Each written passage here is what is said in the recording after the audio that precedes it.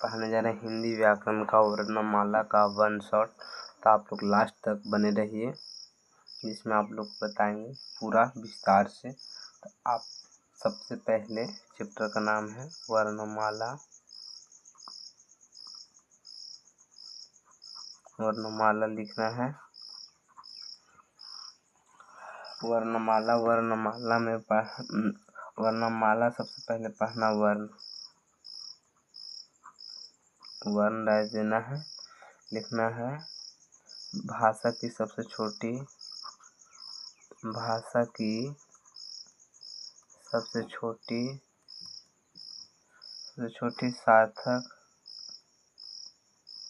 छोटी सार्थक इकाई को वर्ण कहते हैं।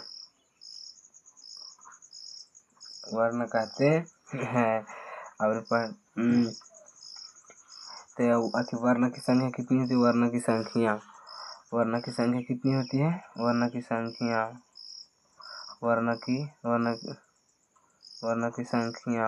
संख्या कितना होती है? 52 होती है। कितना होती है? तो 52 होती है। वर्ण को कितने भागों में बांटा गया है? 2 भागों में, स्वर वर्ण और व्यंजन वर्ण।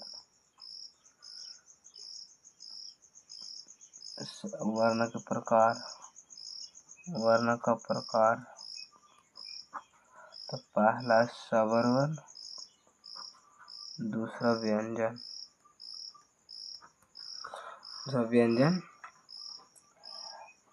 अब लिखना स्वर वर्ण के बारे में पढ़ना है। तो स्वर वर्ण लिख के डैश मारना है। लिखना स्वर वर्ण जिसका उच्चारण स्थान लिखना है, जिसका उच्चारण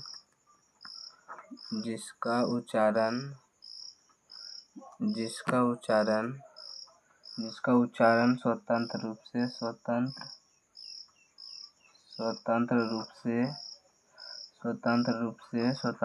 होता है उसे स्वर वर्ण कहते हैं। स्वर वर्ण कहते हैं। स्वर वर्ण की संख्या कितना होता है? तो स्वर वर्ण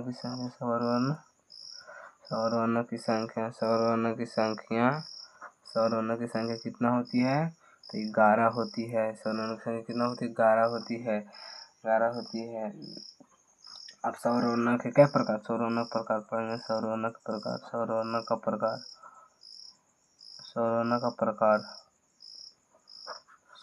प्रकार पढ़ेंगे। तो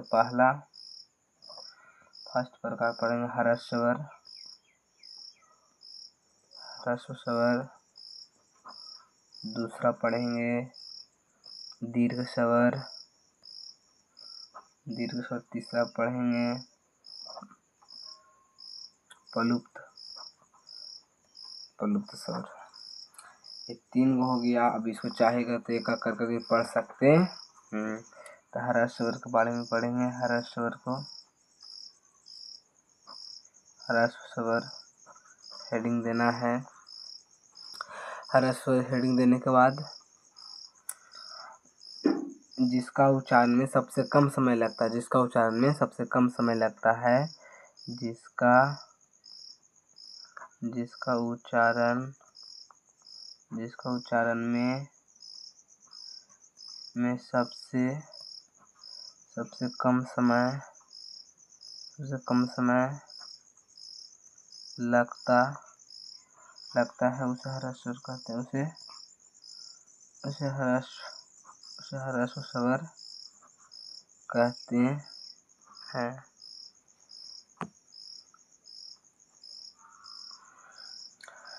ह्रस्व स्वर की संख्या, इसकी संख्या कितनी होती है? इसकी संख्या कितना होती है? तो 4। तो कौन होता है? 4 होता है। इसकी संख्या 4 होता है।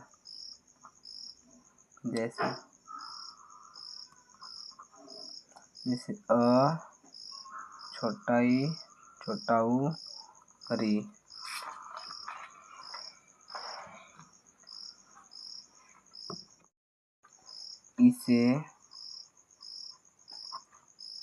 इसे एकमात्रिक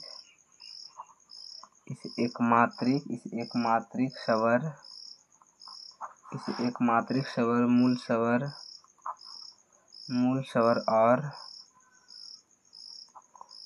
लघु स्वर के नाम से जाना जाता है। लघु स्वर के नाम से जाना जाता है। अब ये तो हरा स्वर पूरा क्लियर हो गया। आप पढ़ेंगे दीर्घ स्वर।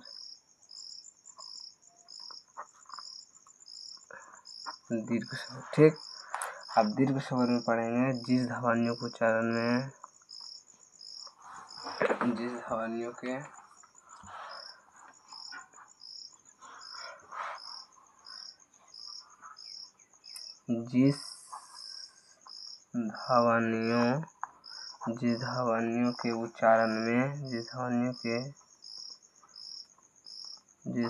उच्चारण में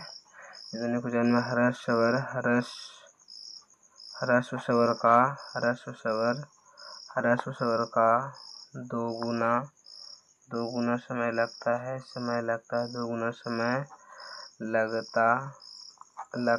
दोगुना समय लगता है उसे दीर्घ स्वर कहते हैं। उसे दीर्घ स्वर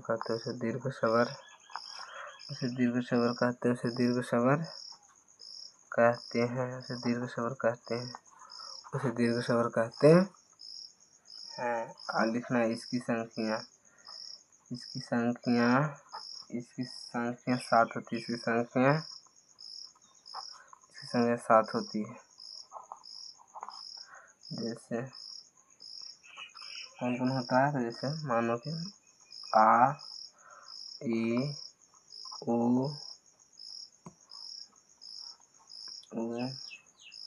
ए, ऐ, ओ, औ।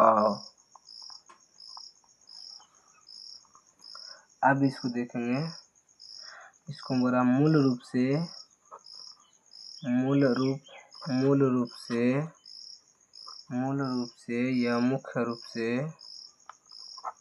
या मुख्य रूप से दीर्घ स्वर 3 प्रकार के होते हैं। दीर्घ स्वर की संख्या 3 होती है। जैसे आ, बड़ी, बड़ी, बड़ा, बड़ी, बड़ी, बस 3 होती है। अब इसको भी नाम से जाना जाता है। इसे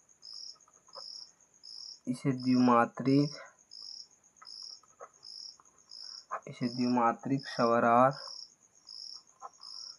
और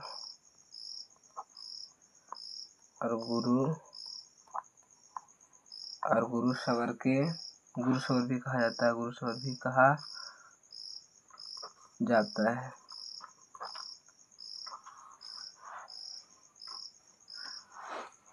अब तीसरा पैलुत स्वर।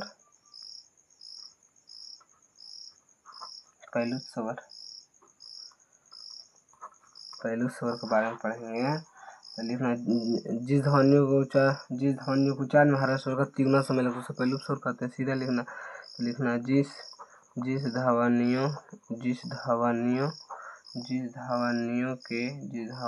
के उच्चारण में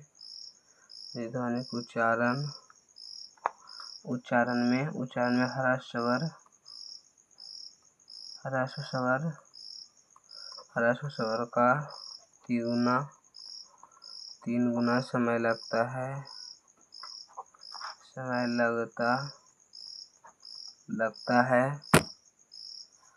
लगता है। उसे पैलुत स्वर कहते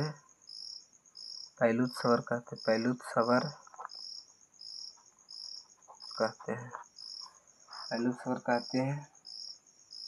इसका प्रयोग किसी को बुलाने पुकारने में किया जाता है। इसका प्रयोग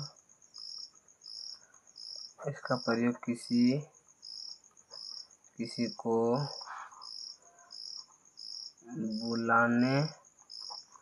बुलाने या पुकारने पुकारने में किया जाता है।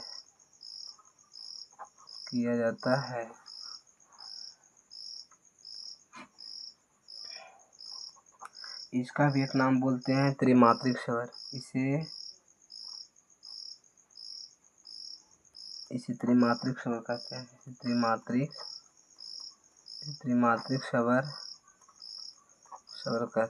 त्रिमात्रिक स्वर कहते हैं। त्रिमात्रिक स्वर कहते हैं। व्यंजन।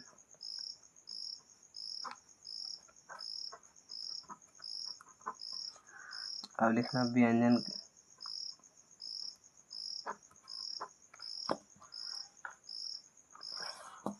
व्यंजन लिखना स्वर की सहायता से बोले जाने वाले वर्णों को स्वरों की सहायता से बोले जाने वाले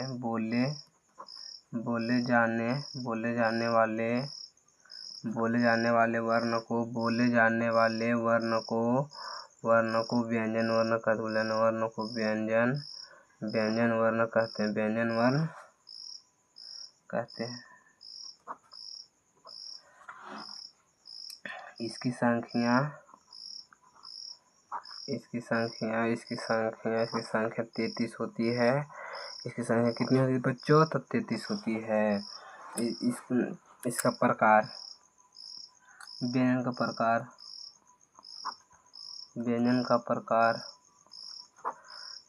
का प्रकार तो लिखना पहला स्पर्शी व्यंजन,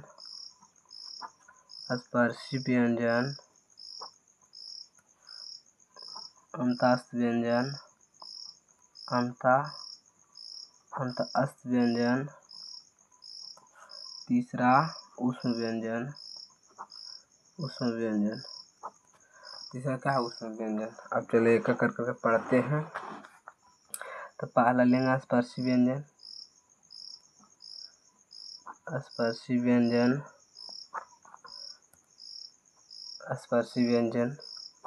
डैश मारना है। फिर लिखना है जिन ध्वनियों के उच्चारण में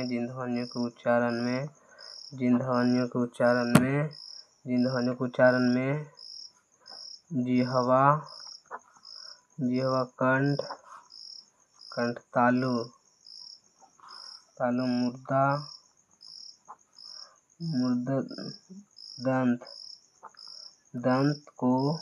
दंत को स्पर्श करती है तथा प वर्ग के उच्चारण में दोनों ओष्ठ तथा प वर्ग के उच्चारण में दोनों ओष्ठ आपस में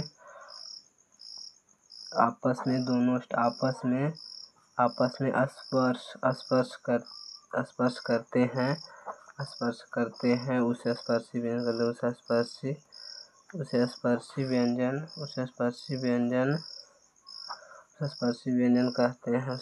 व्यंजन कहते हैं। इसकी संख्या 25 होती है। लिखना इसकी संख्या 25 होती है तथा 5 वर्ग होता है। जैसे मान लो क वर्ग, च वर्ग, ट वर्ग, त वर्ग, प वर्ग, ये 5 वर्ग होता है। 5 वर्ग तो 5 वाला क वर्ग में कौन होता है? क, ख, ग, घ, ड़, च, छ, ज, झ, ञ, ट, ठ, ड, ढ, न, त, थ, द, ध, न।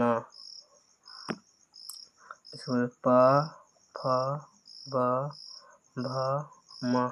अब गिनो इस 5 इसमें 25 संख्या होंगी। वर्ग कितना? 1 2 3 4 5 वर्ग। सही बोला ने। संख्या 25 होता है तथा 5 वर्ग होता है। इसको जो इसको वाला पूरा वर्ग है ना, इसको सूचित करते हैं कंठ से। कंठ इसको करते हैं, इसको सूचित करते हैं तालु से। इसको सूचित करते हैं तालु से। इसको सूचित करते हैं मूर्धा से। मूर्धा से इसको सूचित करते हैं, इसको सूचित करते हैं दंत से। दंत से इसको सूचित करते हैं ओष्ठ से। ओष्ठ अगर नहीं याद रहेगा तो ट्रिक है इसको KTM KTM 2 तो कैसे मतलब KTM कंठ। कंठ अगर आ गया तो का वाला पूरा हो जाएगा। का आया तो कंठ वाला पूरा। उसी प्रकार तालु आएगा तो च वाला। इसमें पूछ लेगा का उच्चारण स्थान है, जिसमें तुमको क च ट त प कौन हो जाएगा तो का होगा। का उच्चारण स्थान जिसमें पूछेगा तो का वाला कोई अक्षर हो वही हो जाएगा। अब दूसरा प्रकार अंतस्थ व्यंजन।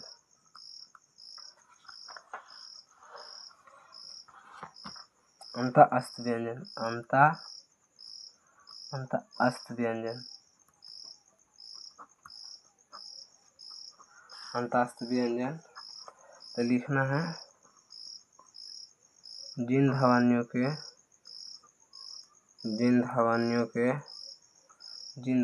के उच्चारण में जिस ध्वनियों के उच्चारण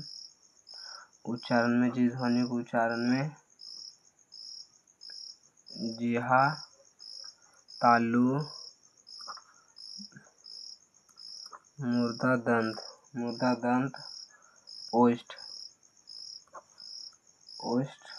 के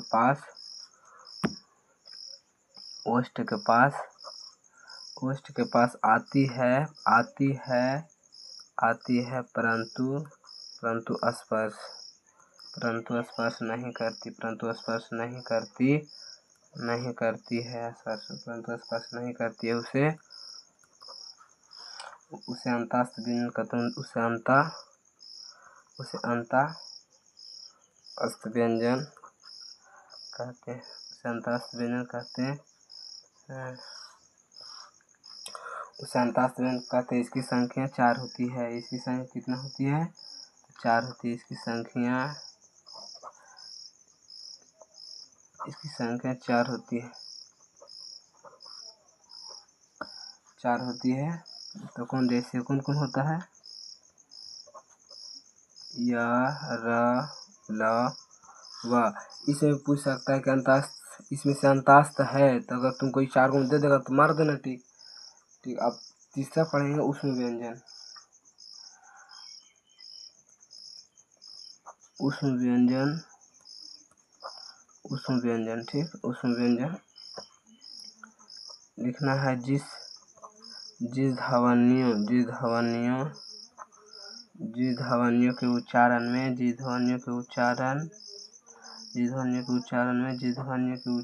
में मुख से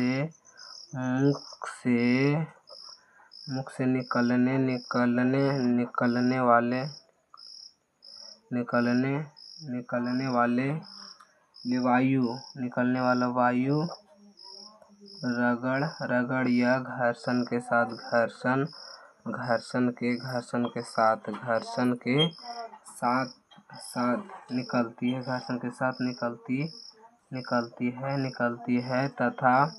निकलती है तथा ऊष्मा पैदा हो तथा ऊष्मा पैदा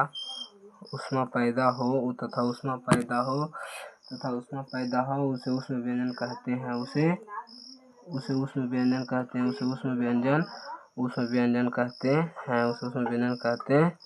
हैं। आप तीनों इसकी संख्या